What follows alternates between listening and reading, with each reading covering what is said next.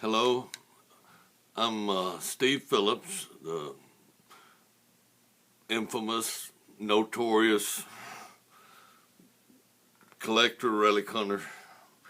And today I was going to show some of my collection. I have a large collection, pretty large anyway, of stuff that I've found, but also most of the things I'm showing today are things that I've bought.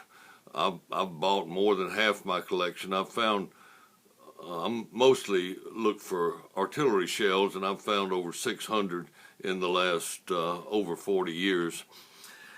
And I've still got a little over 600, but I traded, so I don't necessarily have the same ones. I've tried to improve my collection by trading duplicates.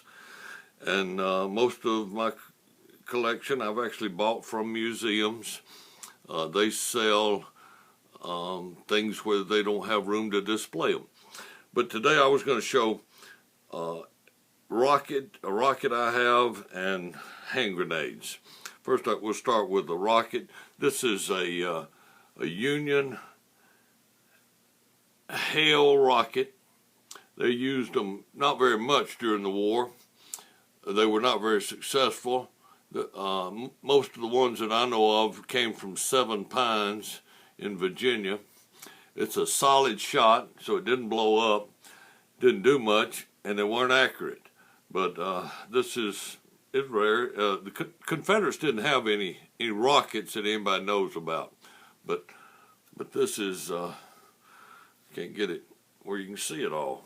There you go. Just a solid shot. And the propellant was in here, and it came out little vents in the back that made it, they came out at an angle and made it spin, try to keep it fairly straight. This is just a real thin wall here, and the only solid part is the very nose. I guess if it hit a cannon or horse or something, it would kill it, but I guess that's a forerunner of a bazooka.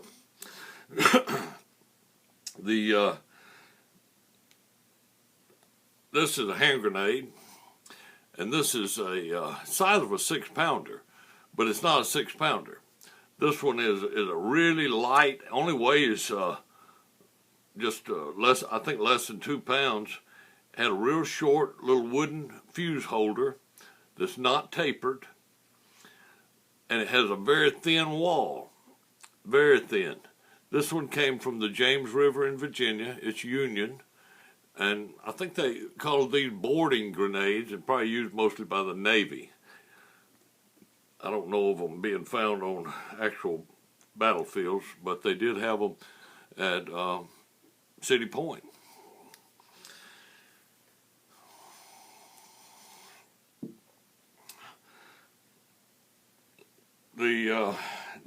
Let's talk about Ketchum grenades. This is a 5-pound Yankee Ketchum grenade, dug up. I didn't dig this.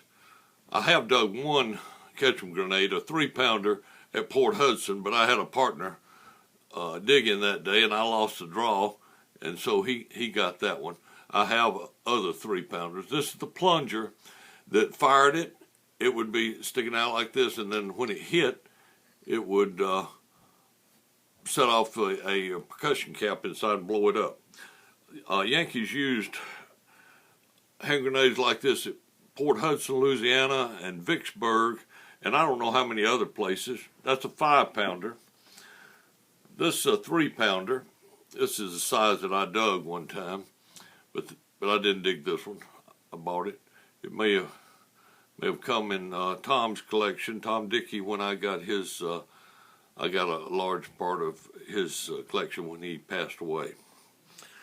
And then here is a knockoff of the Yankee Ketchum grenade. It's different. Ketchum made 1-pounders, but this is a 1-pounder Confederate. It's found in the river at Selma.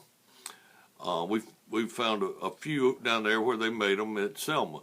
I think they made most of them over in Georgia, but this one's from Selma, and it worked different because it had on the back just a tail that came out like a kite tail that was to keep it straight, and it didn't have the same kind of plunger. It had a crushable primer that went in here, and when it hit, it was supposed to blow up. Now, this next one will show you what a Ketchum grenade. This is a complete Ketchum, and it's been nickel plated to be either sold as a souvenir or presented. Notice the cardboard fins still have the original patent date on them, and these fins were to keep it straight, and the plunger, it's supposed to have a little spring on the side there, but it's missing a little teeny spring piece. But inside there is a percussion cap, well, a nipple is in there, no cap on it, and then this would sit about like that, and then when it hit the ground, it goes up. They used them at Vicksburg a lot, and the Confederates promptly stretched blankets to catch them in and then threw them back at the Yankees. They were never used heavily. And then I have a period newspaper article thing telling about that grenade, and that it was for sale. At the bottom of the article, it talks about being nickel plated, so it goes together, makes a nice display. And then this is another Confederate hand grenade. This one is a Selma grenade. They made these, and these have been found in the Alabama River at Selma. I've found several of these over the years myself. I don't know that they used them on battlefields much or not. In it you have I was able to get the fuse plug, or the fuse holder. That's what this is. It's not a real fuse, it's a fuse holder. And it's wood, and I was able to get it out and preserve it. In it is what we call tow. I think it's primarily horsehair, but a lot of the artillery shells that we find still have this in there. It's to keep the powder dry, and to keep obstructions out. And so when they were ready to use it, they would pull that tow out and put in an actual fuse, whatever kind of fuse this one used. I don't know for sure. And then this is another Selma one, and it has a little different kind of, still has the wooden fuse holder, but this one actually has something in it. Maybe the bottom of a fuse. I don't know exactly what that is. It's short, and I don't know how it worked. Nobody's here to tell us.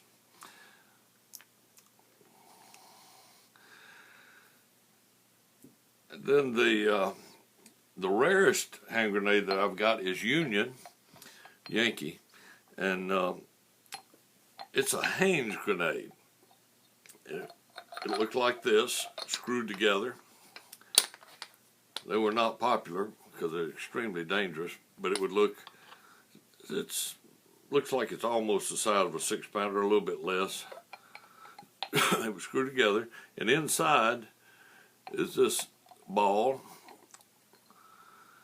And this one, I think, is unique. They're all extremely rare, but I think this one is rarer than the others because it only has 6 nipples on it instead of 9, and some of them may have more than that. But these little nipples is where they put the percussion caps, and inside of the ball it would be filled with black powder and a plug in there, and each nipple would have a percussion cap on it. Then carefully they would put it together and screw the top on, and then throw it.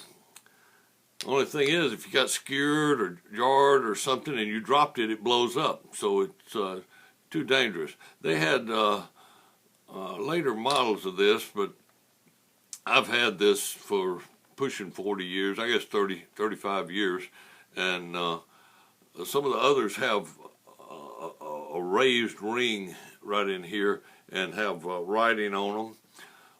Let's see what Tom's book. This is from Tom and Pete George's book. And that one, you see the raised ring on it.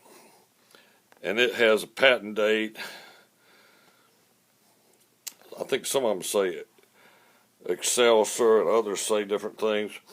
Tom Dickey and Pete George wrote this book, and Tom Dickey wrote, well, he was my mentor, and he helped me with a lot of my collection, and then when he passed away, I got a lot of stuff that he had. But that's all the hand grenades that I've got.